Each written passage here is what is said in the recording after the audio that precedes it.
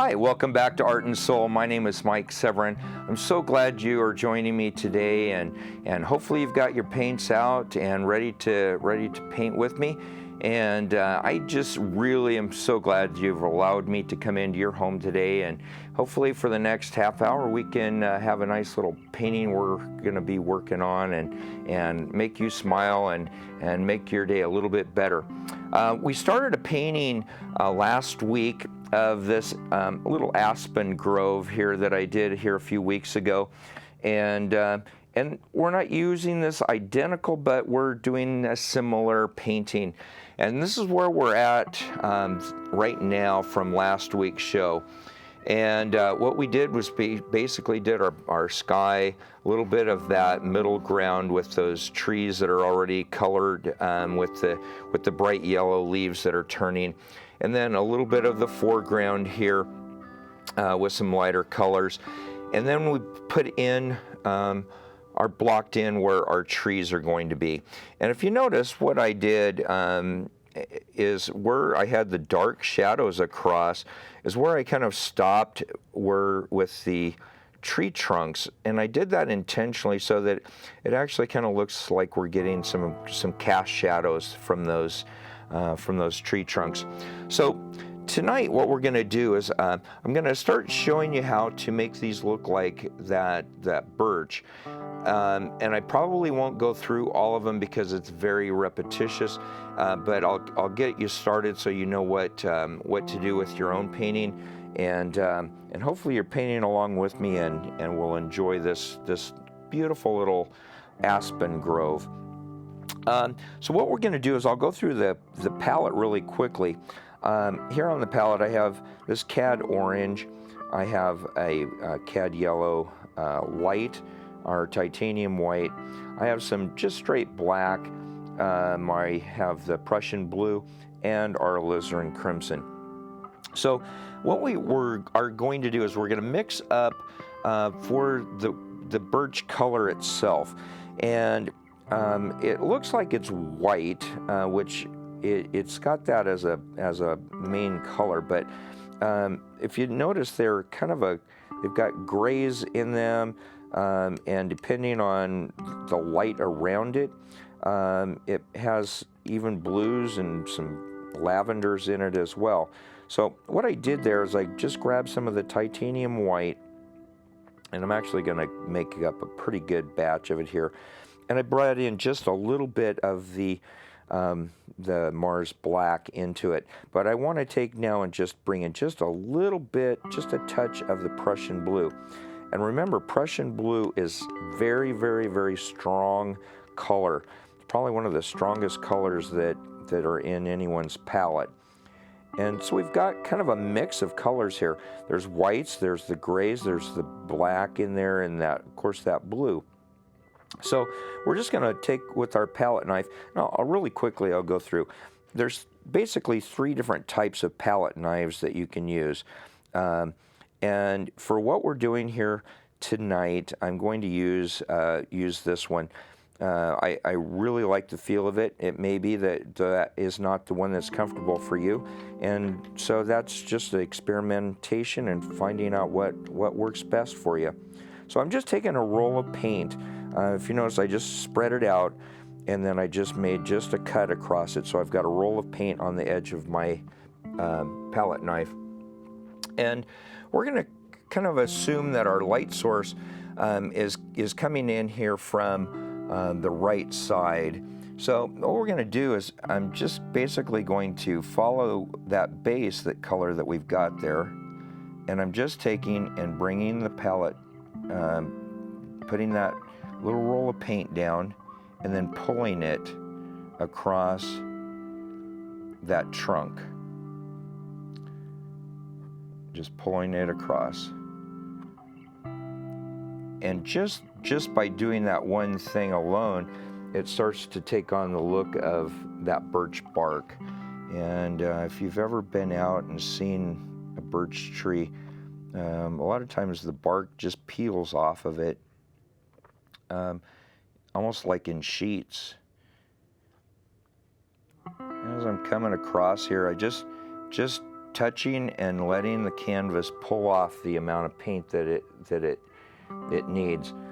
Let the paint and the canvas do the job here. And you don't have to be real careful as far as keeping with those that underpainting on those trunks that we did last week. Just use it there as a guideline. And I'm going to take just a little more of just some titanium white because I want just a little more brightness on this outside edge, because this is where the light would be cast and hitting that the best. I just continue to work up as you can see, it's pretty repetitious, and I won't take the whole show and do nothing but this, but I wanted to give you kind of the idea so that between now and the next show you can take and catch up on all of these trees. And I'm just coming back with a little bit of that white highlight on the edges of those. A little more titanium white. And as I'm doing this, it's taking and mixing right there on the canvas with the color that is underneath of it, with that little bit of a grayish blue color. And as we go right on up, and birch is just a beautiful, I love seeing the birch trees. I lived in Colorado when I was growing up, and I mentioned it on the last show that my grandparents had a bunch of birch trees at their house, and I used to love spending the night at Grandma and Grandpa's house, especially in the summer when the leaves would be rustling at night and the windows would be open and you could hear them. To me, it was a really peaceful thing, and I just really enjoyed it. And I love the colors in the bark and the markings. And we'll get to the markings here in just a little bit. And they're beautiful in the fall, which is what we're painting here, this scene. When they start turning colors and in fact, I did a painting, well, the one actually that's on the easel behind me. I painted that, and someone saw it and commented that I had painted it incorrectly because I have some orange leaves as well as yellow leaves on there. And they said, birch trees do not have orange when they turn color. It's just green and then into the yellows. So I didn't know that about birch trees, and so tonight we're going to make sure that we don't put any orange leaves on our birch trees, and we want to try to make it as accurate as we can.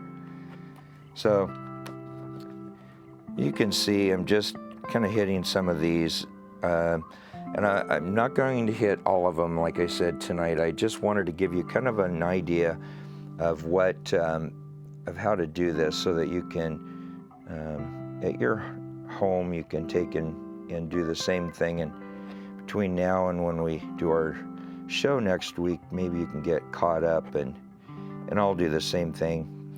Between now and then, when I get home, to my own studio at home, I will take and finish it up so that next week we can do all the highlights to it. Now we've got that pretty well. I'm just going to do just this little grouping here.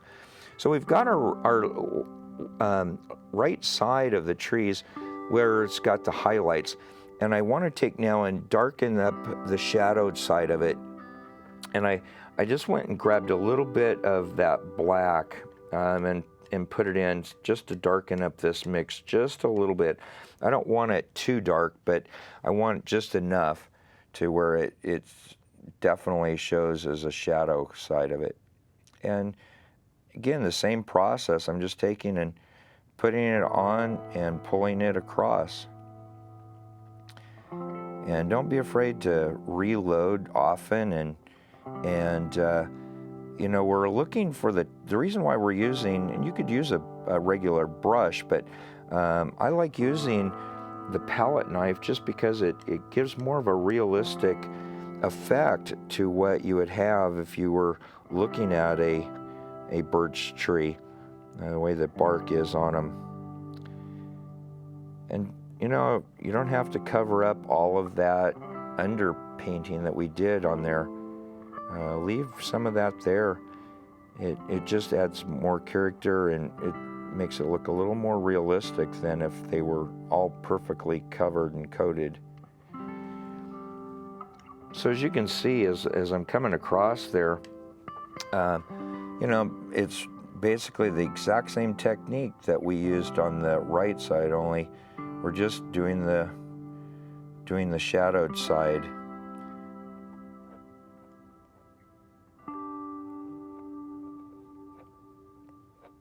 Yeah, that's looking pretty good. And you know, you can see where there's, you know, the bark changes as it goes up the tree as far as the shading, and some parts are going to be darker than others, and some are going to be lighter. And so don't try to make them, every one of them, perfect and the same, because in nature they're all going to be a little different. So that's what gives them the character.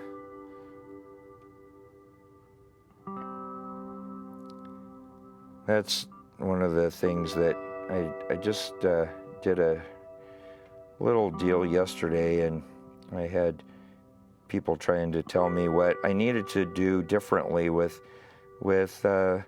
my looks and stuff for a show, and I got to thinking about it, and you know, God made us all the way we are, and we need to embrace that, and you know, be who we are. Don't try to please somebody else to fit into their image of what they think we should be. And like in nature, you know, every one of these trees is a little different, but they're different, but they're all the same at the same time.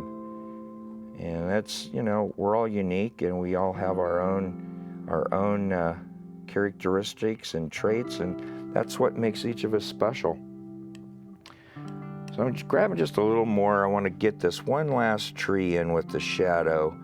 And I know my arm is probably blocking that a little bit. I'm sorry for that. I'm just touching a few spots here. And I think what I'll do is leave it at that for right now, and move on and show you kind of some of the things we can do with some detail, and then we'll start putting in some of the leaves on here.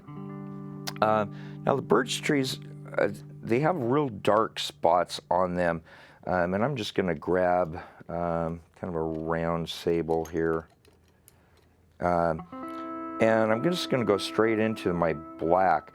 They've got all these markings on them where limbs maybe were on there and broke off as they developed, and they usually are pretty much solid, and then a lot of times they have just this little eye around them. It almost human-like looking. It's kind of funny to see.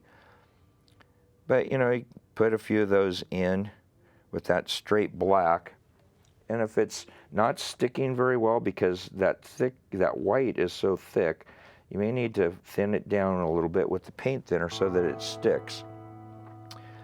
And we'll just come in and do some spots here and there. And just by doing that, it really takes on more of a realistic bark look. And we're not trying to do an exact duplicate here. We're just basically giving the illusion. When people see this, they're instantly going to know that this is a birch tree just because of the few little markings that we've put on it, and by the coloring that we've used for the bark and the shadowing. And don't put all of them on one side. I mean, they'd be all over the tree, and some of them even have maybe some breaks in the bark itself like this. So we'll just do a few of those across. you know, and in your home there, you can take as much time as you'd like to get these looking as realistic as you would like. I'm just gonna do a few more here just so that you get the idea of how to do that. So like that right there, I tried to put that black on, and my black was too thick because of that big glob of white there. So it's not a problem. We just come in, get some more paint thinner, thin down that black, and we come right back in, and you can see it stuck onto it. That's good across a few little places like that. And then the bases of the aspen tree, most of them are pretty dark and black down at the bottom. So I thought I could do it with the brush, and it wasn't going to work. So we'll just go back to our palette knife, and I'm going straight into straight black. And so I just want to take now and just come in just at the bases of these trees, and just, I don't know why right at the base of them is always real dark. That looks pretty good. That's a good start there with those. And again, I'm just going to do just this little grouping here in the middle, and you can work on these at home to get them the way you'd like them. And maybe a few little dark spots that go up the tree. You know, make the painting your own. And it's your painting. You can do it the way you want to. So now we've got a pretty good idea now on how those are going to look. So I want to take and put in a couple limbs in there. Birch trees, they go a long ways up before they have many branches. So we'll probably start our branches, you know, up in this area.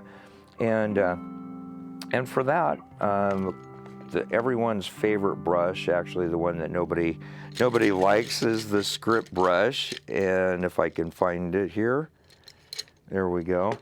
And I'm just getting our paint thinner on the brush, and again, we're trying to make this ink-like consistency, not runny like water. We want it ink-like. And take and roll your brush so you've got a nice little point on the end of it there. And we just come up, and we'll just take off and put in some branches here. And that's just a little bit too thick. We'll thin it down just a bit. And we just take and we pull these branches out.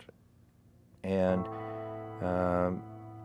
you know, I haven't really studied the birch trees, so I'm not sure exactly what the patterns that they normally have on the limbs, but if I remember right, they kind of just come out and start shooting up. They don't really come down much like a lot of trees do. They mostly go up.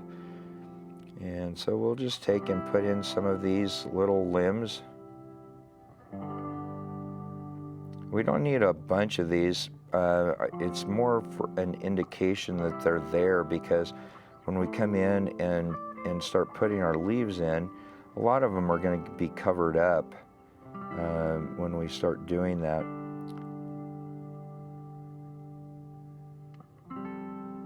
And that's looking pretty good. I'm liking how those are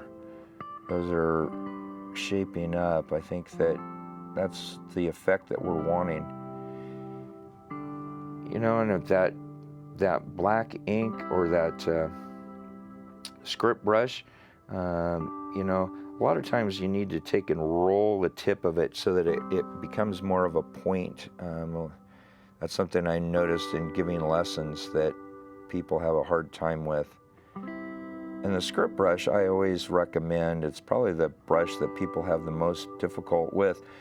And I recommend just taking a piece of cardboard or something and just start working on it, practicing making tree limbs.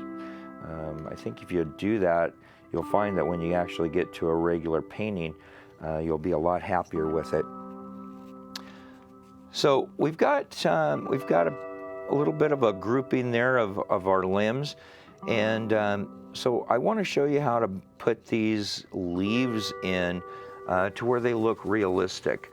And how we do that is we take we're going to go our straight cad yellow, and I'm going to grab just a tidge bit of the Prussian blue, and that gives us a really beautiful green color.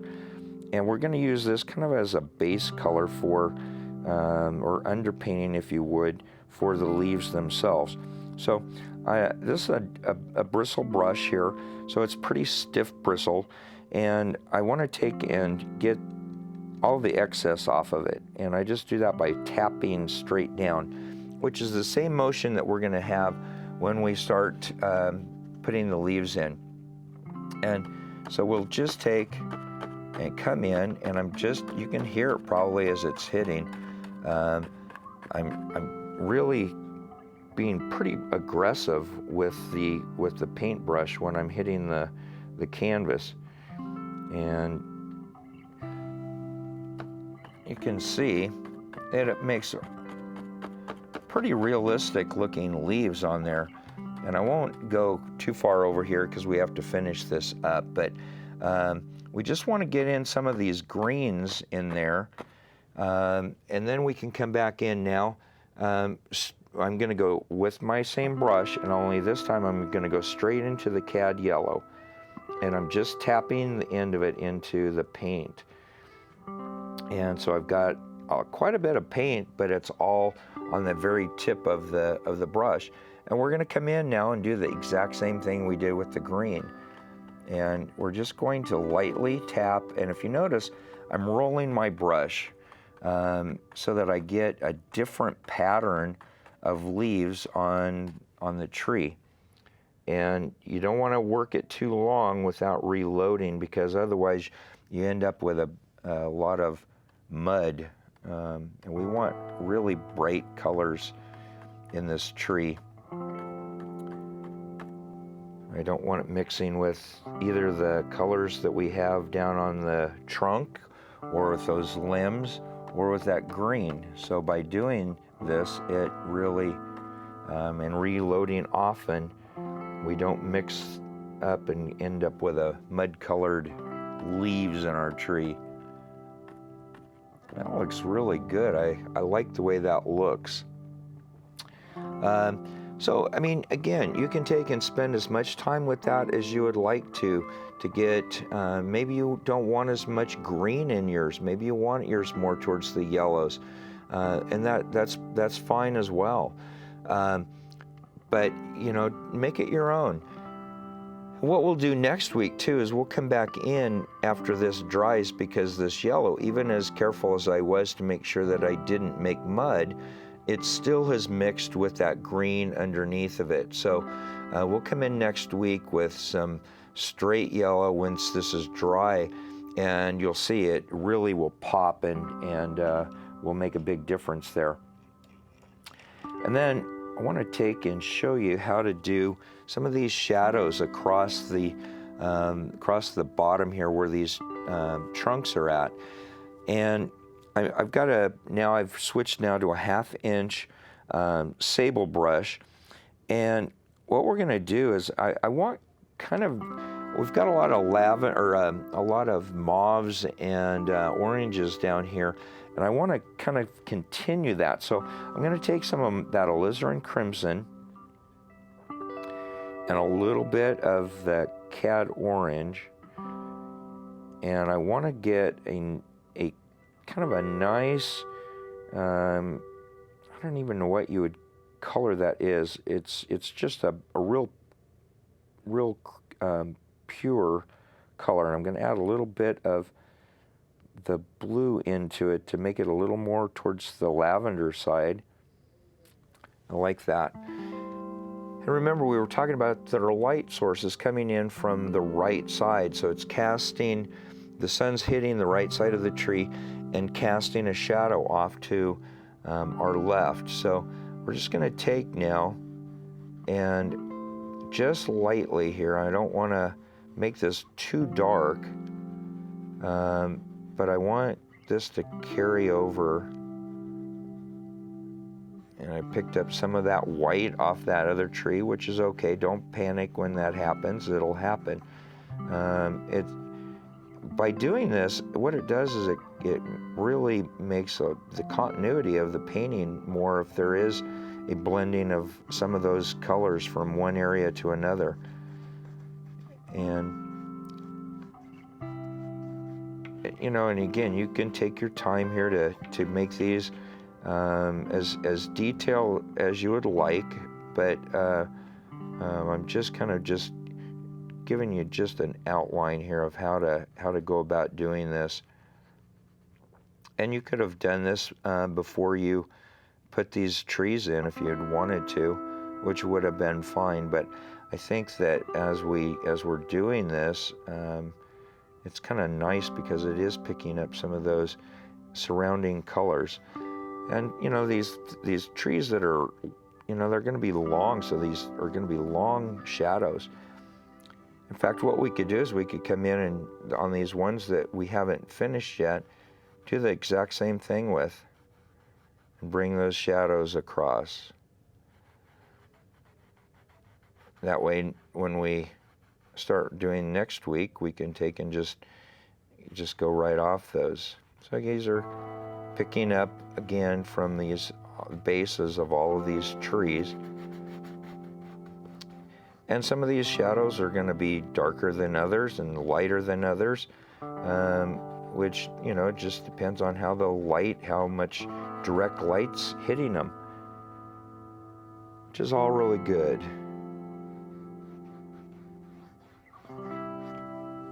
I think that's a good start on that. So between now and next week, you know, finish up the rest of these trees and I'll do the same. Maybe get some of the leaves in of the greens and yellows, and get your shadow in on the trunks. And then next week we'll come in and do some finish highlights and bring it all together. What I started to talk about earlier is the fact that we try to be somebody that we're not. Our society, with advertising, friends and family, everyone's trying to give us an impression of who we should be, what we should look like, our body type, all of those things. It's more important to be who you are. You can try to be somebody that you're not. I tried for years to be somebody that I wasn't, and it didn't work out very well for me. Be who you are, be true to who you are, and I think that by being true to yourself, you're going to be happier, and those around you are going to see you for who you are, and they're going to love and accept you for who you are. So don't be afraid to be yourself, in spite of what society, friends, and family might tell you. Between now and next week, I'd like to wish you a great holiday. Have fun this holiday season. Enjoy the friends and family around you. And remember the meaning of what Christmas is all about. And I thank you again for joining me and hope to see you next week here on Art and Soul. Be creative this week. And CJ, as always, I love you.